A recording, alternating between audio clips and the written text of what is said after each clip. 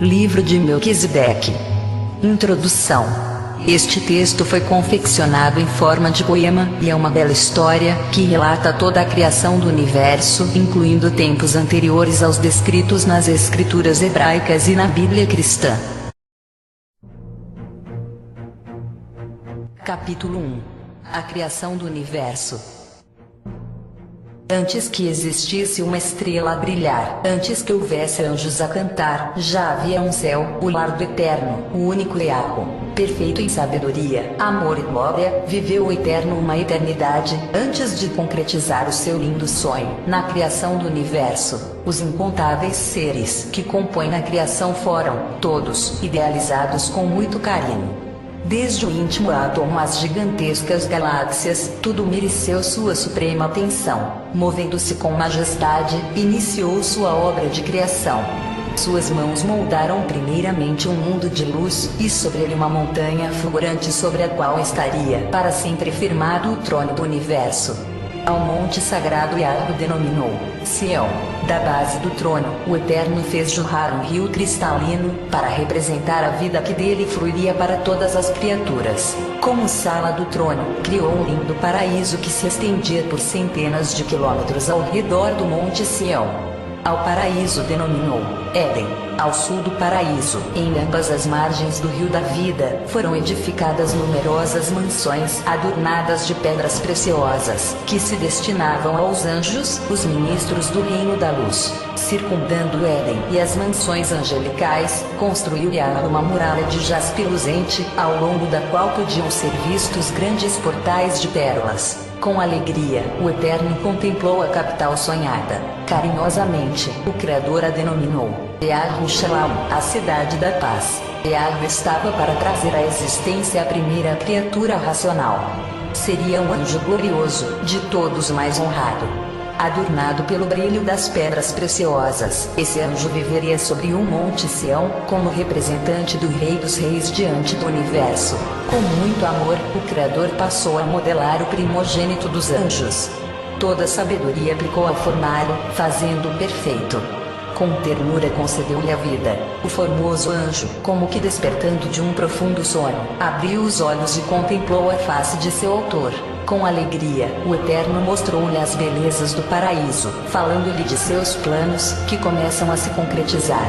Ao ser conduzido ao lugar de sua morada, junto ao trono, o príncipe dos anjos ficou agradecido e, com voz melodiosa, entoou seu primeiro cântico de louvor. O rio da vida, ao deslizar sereno em meio à cidade, assemelhava-se a uma larga avenida, espelhando as belezas do jardim do Éden e das mansões angelicais. Envolvendo o primogênito dos anjos com seu manto de luz, o Eterno passou a falar-lhe dos princípios que haveriam de reger o reino universal. As leis morais resumiam-se em dois princípios básicos: amar a Yahweh sobre todas as coisas e viver na fraternidade com todas as criaturas. Dessa forma, o universo cresceria em harmonia, felicidade e paz. Depois de revelar ao formoso anjo as leis de seu governo, o Eterno confiou-lhe uma missão de grande responsabilidade. Seria o protetor daquelas leis, devendo honrá-las e revelá-las ao universo prestes a ser criado. Com o coração transbordante de amor a Yahweh e aos semelhantes, caber-lhe-ia ser um modelo de perfeição. Seria Lúcifer, o portador da luz, o príncipe dos anjos. Agradecido por tudo, prostrou-se ante o amoroso rei, prometendo-lhe eterna fidelidade. O Eterno continuou sua obra de criação, trazendo à existência inumeráveis hostes de anjos, os ministros do reino da luz. A cidade santa ficou povoada por essas criaturas radiantes que, felizes e gratas, uniam as vozes em belíssimos cânticos de louvor ao Criador. Yahweh traria agora à existência o universo que, repleto de vida, giraria em torno de seu trono firmado em Sião. Acompanhado por seus ministros, partiu para a grandiosa realização. Depois de contemplar o vazio imenso, o Eterno ergueu as poderosas mãos, ordenando a materialização das multiformes maravilhas que haveriam de compor o cosmo. Sua ordem, qual trovão, ecoou por todas as partes, fazendo surgir, como que por encanto, galáxias sem conta, repletas de mundos e sóis, paraísos de vida e alegria, tudo girando harmoniosamente em torno do Monte Sião. Ao presenciarem tão grande feito do Supremo Rei, as hostes angelicais prostraram-se, fazendo ecoar pelo espaço iluminado um cântico de triunfo, em saudação à vida. Todo o universo uniu-se nesse cântico de gratidão, em promessa de eterna fidelidade ao Criador. Guiados pelo Eterno, os anjos passaram a conhecer as riquezas do universo. Nessa excursão sideral, ficaram admirados ante a vastidão do Reino da Luz. Por todas as partes encontravam mundos habitados por criaturas felizes que os recebiam em festa. Os anjos saudavam-nos com cânticos que falavam das boas novas daquele reino de paz, tão preciosa como a vida, a liberdade de escolha, através da qual as criaturas poderiam demonstrar seu amor ao Criador, exigia um teste de fidelidade. Com o propósito de revelá-lo, o Eterno conduziu as hostes por entre o espaço iluminado, até se aproximarem de um abismo de trevas que contrastava com o imenso brilho das galáxias. Ao longe, esse abismo revelará-se insignificante aos olhos dos anjos, como um pontinho sem luz, mas à medida de sua aproximação, mostrou-se em sua enormidade. O Criador, que a cada passo revelava aos anjos os mistérios de seu reino, ficou ali silencioso, como que guardando para si um segredo. As trevas daquele abismo consistiam no teste da fidelidade. Voltando-se para as hostes, o Eterno solenemente afirmou: todos os tesouros da luz estarão abertos ao vosso conhecimento, menos os segredos ocultos pelas trevas. Sois livres para me servirem ou não. Amando a luz estareis ligados à fonte da vida. Com estas palavras, fez Yahweh separação entre a luz e as trevas, o bem e o mal. O universo era livre para escolher seu destino.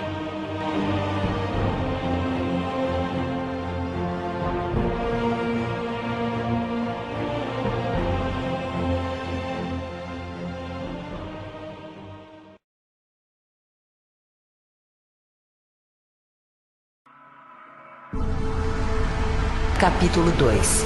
A rebeldia de Lúcifer e a criação do cosmos.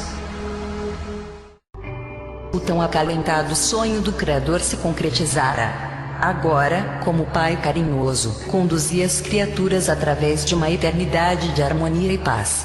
Em virtude do cumprimento das leis divinas, o universo expande-se em felicidade e glória. Havia um forte elo de amor, que a todos unia fortemente.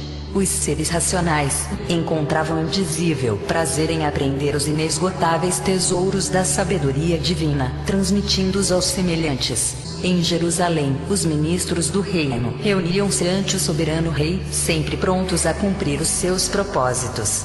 Era através de Lúcifer que o Eterno tornava manifestos seus desígnios. Depois de receber uma nova revelação, ele prontamente a transmitia às hostes angelicais. Estas, por sua vez, a compartilhavam com a criação. Em célere voo os anjos rumavam para as terras planetas capitais, onde, em grandes assembleias, reuniam-se os representantes dos demais mundos. Em muitas dessas assembleias, Lúcifer fazia-se presente, enchendo os participantes de alegria e admiração. Perfeito em todas as virtudes, ele os cativava com sua simpatia. Nenhum outro anjo conseguia revelar como ele os mistérios do amor do Eterno. O universo, alimentando-se da fonte da vida, expande-se numa eternidade de perfeita paz. A obediência às leis divinas era o fundamento de todo progresso e felicidade. Ainda que conscientes do livre-arbítrio, jamais subirá ao coração de qualquer criatura o desejo de se afastar do Criador. Assim foi por muito tempo, até que tal problema irrompeu na vida daquele que era mais íntimo do Eterno, Lúcifer, que dedicara sua vida ao conhecimento dos mistérios da luz, sentiu-se aos poucos atraído pelas trevas. O Rei do Universo, aos olhos de quem nada pode ser encoberto, acompanhou com tristeza os seus passos no caminho descendente que leva à morte. A princípio, uma pequena curiosidade levou Lúcifer a se aproximar daquele abismo profundo. Contemplando-o, ele começou a indagar o porquê de não poder compreender o seu enigma. Retornando ao seu lugar de honra, junto ao trono, prostrou-se ante o divino rei, suplicando-lhe: Pai, dá-me a conhecer os segredos das trevas, assim como me revelas a luz. Ante o pedido do formoso anjo, o Eterno, com voz expressiva de tristeza, disse-lhe: meu filho, você foi criado para a luz, que é vida. Convencendo-se de que o Criador não lhe revelaria os tesouros das trevas, Lúcifer decidiu compreender por si mesmo o enigma. Julgava-se capacitado para tanto. Só Yahweh sabia o que se passava no coração de Lúcifer. O anjo, que fora criado para ser o portador da luz, estava divorciando-se em pensamentos do bondoso Criador que, num esforço de impedir o desastre, rogava-lhe permanecer a seu lado. Uma tremenda luta passou a travar-se em seu íntimo. O desejo de conhecer o sentido das trevas era imenso, contudo, os rogos daquele amoroso pai, a quem não queria também perder, o torturavam. Vendo o sofrimento que sua atitude causava ao Criador, às vezes demonstrava arrependimento, mas voltava a cair. Antes de criar o universo, Yahweh já previra a possibilidade de uma rebelião. O risco de conceder liberdade às criaturas era imenso, mas, sem este dom, a vida não teria sentido. Ele queria que a obediência fosse fruto de reconhecimento e amor, por isso decidiu correr o grande risco. Ainda que prosseguisse na busca do sentido das trevas, Lúcifer não pretendia abandonar a luz.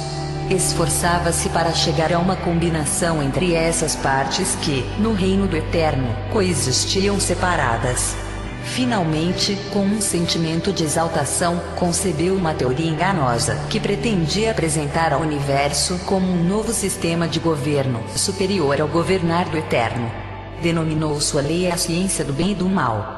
Estruturada na lógica, a ciência do bem e do mal revelou-se atraente aos olhos de Lúcifer, parecendo descerrar um sentido de vida superior àquele oferecido pelo Criador, cujo reino possibilitava unicamente o conhecimento experimental do bem.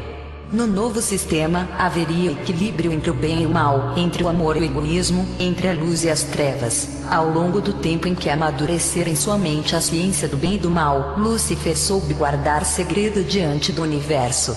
Continuava em seu posto de honra, cumprindo a função de portador da luz.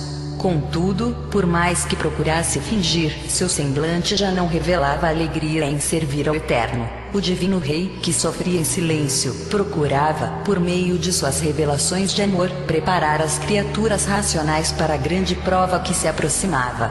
Sabia que muitos dariam ouvido à tentação, voltando-lhe as costas.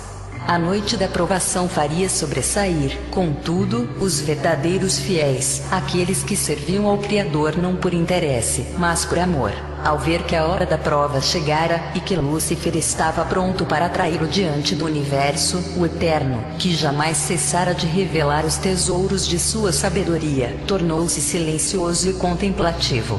O silêncio fez reviver no coração das hostes a lembrança daquela primeira excursão sideral, quando, depois de lhes mostrar as riquezas do reino da luz, Yahweh tornou-se silencioso ante aquele abismo. Vendo que o momento propício para a propagação de sua teoria havia chegado, Lúcifer convocou os anjos para uma reunião especial. As hostes, desejosas de conhecer o significado do silêncio do Pai, tomaram seus lugares junto ao magnífico anjo, que sempre lhes revelará os tesouros do reino da luz. Lúcifer começou seu discurso exaltando, como de costume, o governo do Eterno.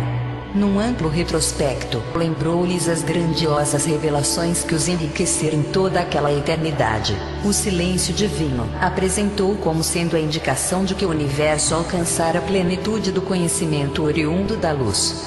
Surpresas, as hostes tomaram conhecimento da experiência de Lúcifer sobre as trevas. Com eloquência, ele falou-lhes da ciência do bem e do mal, indicando-a como o caminho das maiores realizações. O efeito de suas palavras logo se fez sentir em todo o universo. A questão era decisiva e explosiva, gerando pela primeira vez discórdia. Os seres racionais, em sua prova, tinham de optar por permanecer somente com o conhecimento da luz, o qual Lúcifer afirmava haver chegado ao seu limite, ou se aventurar no conhecimento da ciência do bem e do mal. Dir-se-ia que a ciência do bem e do mal haveria de arrebanhar a maior parte das criaturas, mas, aos poucos, muitos que a princípio se empolgaram com a teoria, despertaram para a ilusão da mesma, reafirmando sua fidelidade ao reino da luz. Ao fim desse conflito, que se arrastou por longo tempo, revelou-se um terço das estrelas do céu ao lado de Lúcifer, e as restantes, ainda que abaladas pela prova ao lado do Eterno. A ciência do bem e do mal fora apregoada por Lúcifer como um novo sistema de governo. Mas como exercê-lo, se o Eterno continuava reinando em Sião? O conselho, formado pelos anjos rebeldes, passou a tratar disso. Decidiram, finalmente, solicitar-lhe o trono por um tempo determinado, no qual poderiam demonstrar a excelência do novo sistema de governo. Caso fosse aprovado pelo universo, o novo sistema se estabeleceria para sempre. Caso contrário, o domínio retornaria ao Criador. O Eterno não era ambicioso, apenas queria bem às suas criaturas. Se a ciência do bem e do mal consistisse realmente num bem maior, não se oporia à sua implantação, cedendo o trono a seus defensores. Mas ele sabia que aquele caminho conduziria à infelicidade e à morte. Movido por seu amor protetor, o Criador desatendeu o pedido das hostes rebeldes, que se afastaram enfurecidas. Lúcifer e suas hostes passaram a acusar o Divino Rei, proclamando ser o seu governo de tirania. Afirmavam ser sua permanência no trono a mais patente demonstração de sua arbitrariedade. As acusações das hostes rebeldes repercutiram por todo o universo, fazendo parecer que o governo do Eterno era injusto. Isto trouxe profunda angústia àqueles que permaneciam infiéis ao reino da luz. Não sabendo como refutar tais acusações, essas criaturas, emudecidas pela dor moral, ansiavam pelo momento em que novas revelações procedentes do Criador pudessem aclarar-lhes os mistérios desse grande conflito. As acusações e blasfêmias das hostes rebeldes alcançam o ponto culminante quando o Eterno, num gesto surpreendente, ergueu-se de seu trono, como que pronto a deixá-lo. Os infiéis, na expectativa de uma conquista, aquietaram-se, enquanto um sentimento de temor penetrava no coração dos súditos da luz. Entregaria a ele o domínio de toda a criação, para livrar-se das vis acusações? De acordo com a lógica a partir da qual Lúcifer fundamentava seus ensinamentos, não restava outra alternativa ao Criador. Num gesto de humildade, o Criador despojou-se de sua coroa e de seu manto real, depondo sobre o alvo trono. Em seu semblante não havia a expressão de ressentimento ou ira, mas de infinito amor e tristeza. Com solenidade, o Eterno proclamou que o momento decisivo chegara, quando cada criatura deveria selar sua decisão ao lado da luz ou das trevas. Numa ampla revelação, alertou para as consequências de um rompimento com a fonte da vida.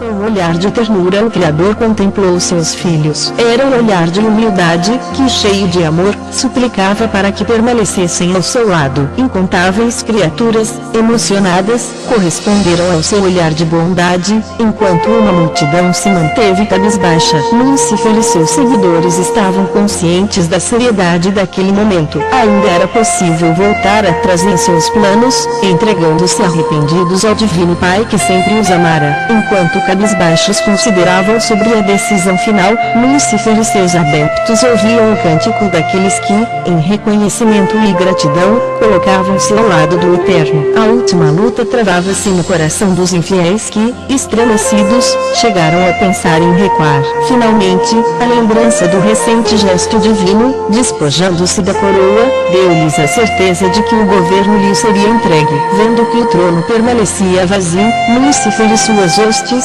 dominados pela cobiça, romperam definitivamente com o Criador.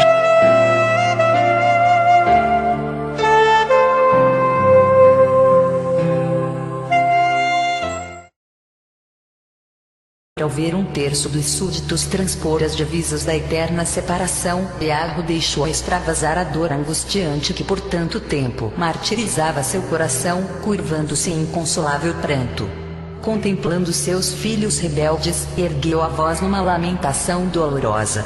Depois de proclamar em pranto tão dolorosa a lamentação, o Eterno, dirigindo-se a Lúcifer, o causador de todo mal, disse: "Você recebeu um nome de honra ao ser criado.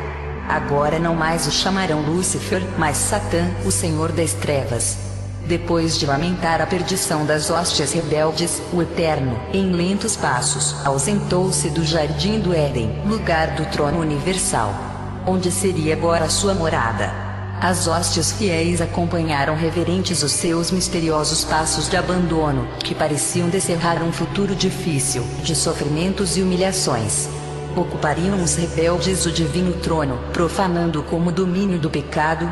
Esta indagação torturava o coração dos súditos do Eterno. Deixando sua amada cidade, o Supremo da Luz conduziu-se, em meio às glórias do universo, em direção do abismo imenso, a respeito do qual silenciara até então. Ali deteve-se mais uma vez, emudecido, enquanto parecia ler nas trevas um futuro de grandes lutas. Ante o sofrimento do Eterno, expresso na tristeza de seu semblante, os fiéis puderam finalmente compreender o significado daquele misterioso abismo. Consistia numa representação simbólica do reino da rebeldia. Na face entristecida de Yahweh manifestou-se, por fim, um brilho que aos fiéis animou. Erguendo os poderosos braços ante as trevas, ordenou em alta voz: haja luz. Imediatamente, a luz de sua presença inundou o profundo abismo e, triunfando sobre as trevas, revelou um mundo inacabado, coberto por cristais águas. O mundo revelado era a terra. Visitada pelas trevas e pela luz, ela seria o palco da grande luta. Com esse gesto, iniciava o Eterno uma grande batalha pela reivindicação de seu governo de luz. Batalha do amor contra o egoísmo, da justiça contra a injustiça, da unidade contra o orgulho, da liberdade contra a escravidão, da vida contra a morte. Batalha que, sem trégua, se estenderia até que, no alvorecer almejado, pudesse o Divino Rei retornar vitorioso ao Santo Monte Sião, onde, entronizado em meio aos louvores dos remidos, reinaria para sempre em perfeita paz. As trevas, em sua fuga, apontavam para o aniquilamento final da rebeldia. As águas abundantes que cobriam aquele mundo, até então oculto, simbolizavam a vida eterna que para os fiéis seria conquistada pelo amor que tudo sacrifica.